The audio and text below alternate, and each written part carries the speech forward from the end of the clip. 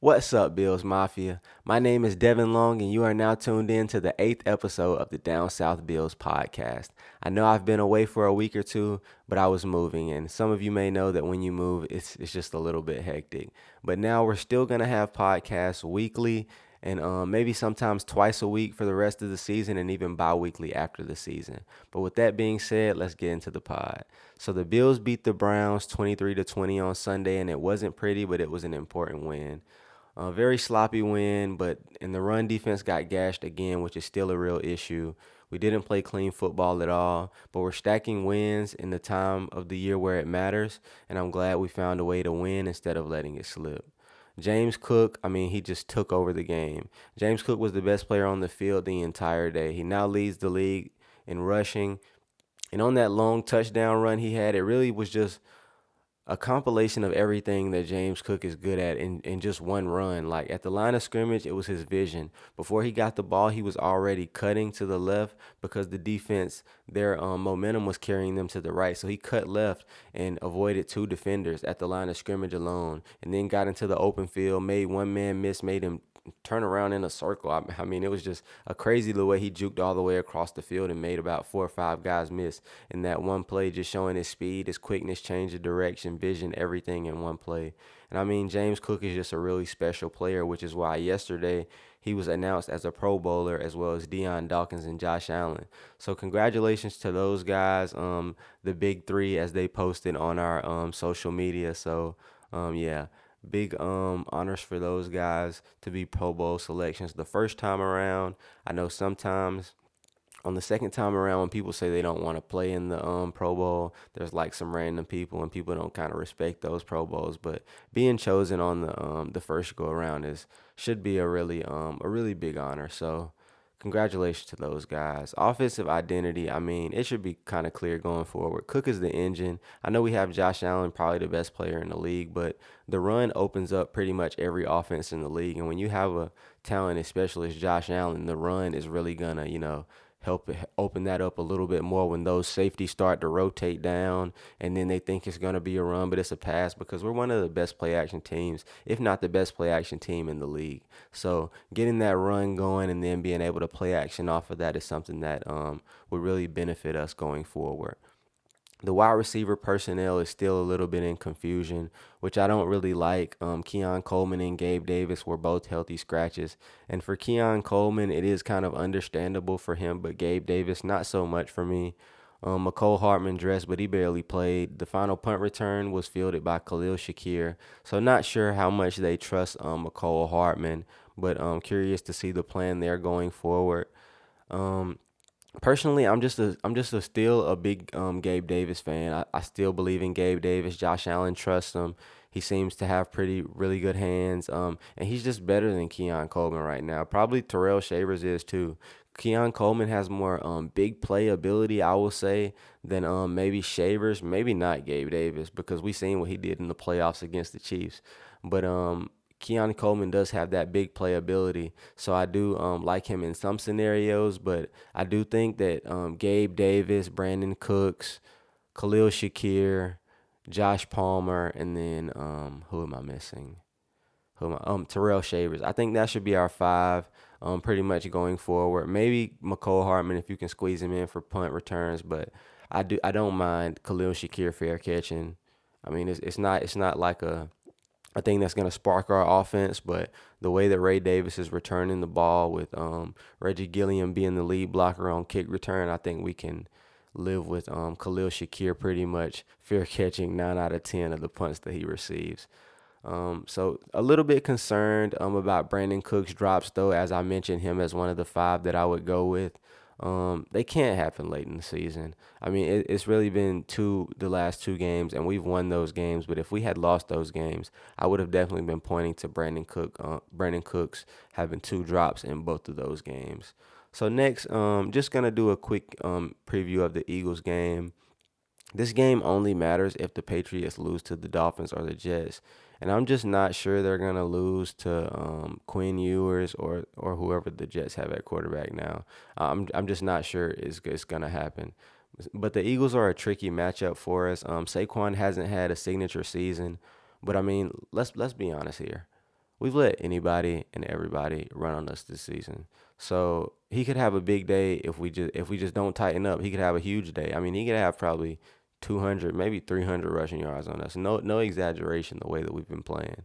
I'm not scared of Hurts beating us strictly with his arm. And the Eagles defense is ninth versus the pass, 22nd versus the run. So I am trusting that James Cook can kind of pad his lead as the NFL leading rusher in this game. I'm thinking that we will do it. I'm thinking that we can do it, and I'm thinking that we should do it.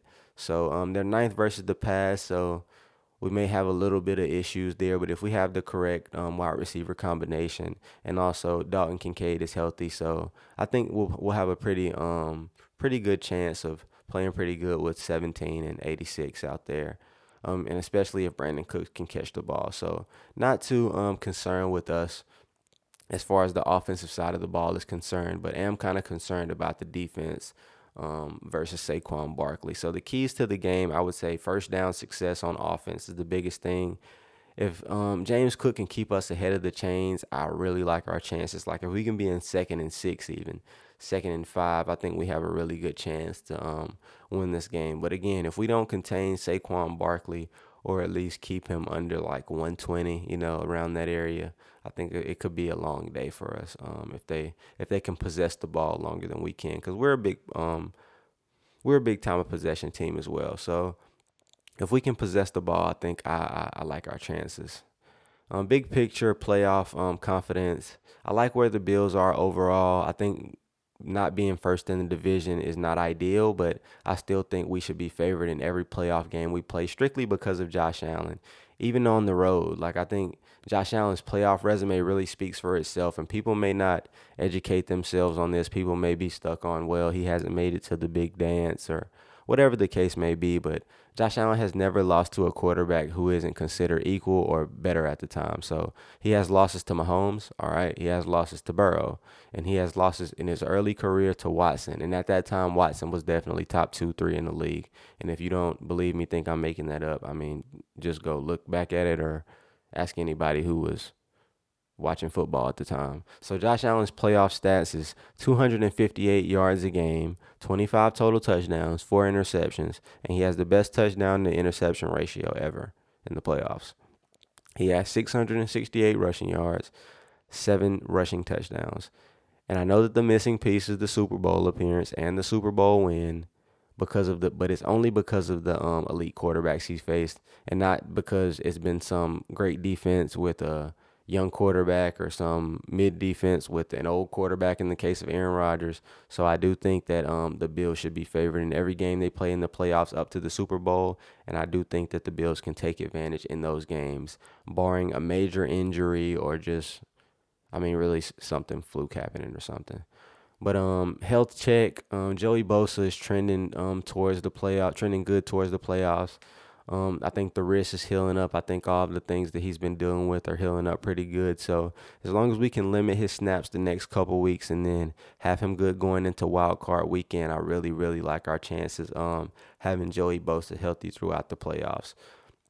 Benford is healthy. Bishop is healthy. Harrison's healthy. Russo, Milano. Shaq Thompson is day to day, but I think he'll be pretty good. Listing him as day to day, 2, 3 weeks out from the playoffs, so I think that's fine. I think he'll be pretty good, and he definitely helps us against the run. So I think having him available is going to be big for us. And all of those players that I mentioned, I know I left some people out, but all those players that I mentioned, I think are the most key players. Joey Bosa, Benford, Bishop, Harrison, Russo, Milano, Shaq Thompson, and then Ed Oliver. Ed Oliver's window is supposed to be opening around wild card weekend or right before. So I'm hoping that we can get Ed back, and I think that's going to give us a huge lift if he can stay healthy throughout the playoffs and be at least 80% of himself. I think it's going to be a really, really big weapon for us. The defense does not need to be elite, though. They just need to be good enough and healthy enough, and I'm confident that they will this year. Especially playing against some young quarterbacks. We've seen it with Drake May, just showing them different looks, and confusing them a little bit and getting them out of their rhythm can really go a long way. And with Josh Allen, you only need 1 or 2 stops, man. We don't need too much. But final thought, this team doesn't need to be perfect to win. We've proven that. We've been down 21 to the Patriots. We've been in a dogfight with the Browns randomly. We've been in some games where there's been controversy, and we've overcome it. So I'm really confident in this team. I know we have some holes. This is probably one of our worst rosters in, I don't know, 3-4 years, but Josh Allen is probably the best he's ever been, and our running game is the best it's ever been. And those things give me confidence that we can go on a run here. So if we protect the ball and we just continue to end drives with kicks, I think we can definitely be a problem for any team. With that being said, thanks for listening to the 8th episode of the pod. Please like, share, and subscribe. And thanks again for tuning in. Go Bills.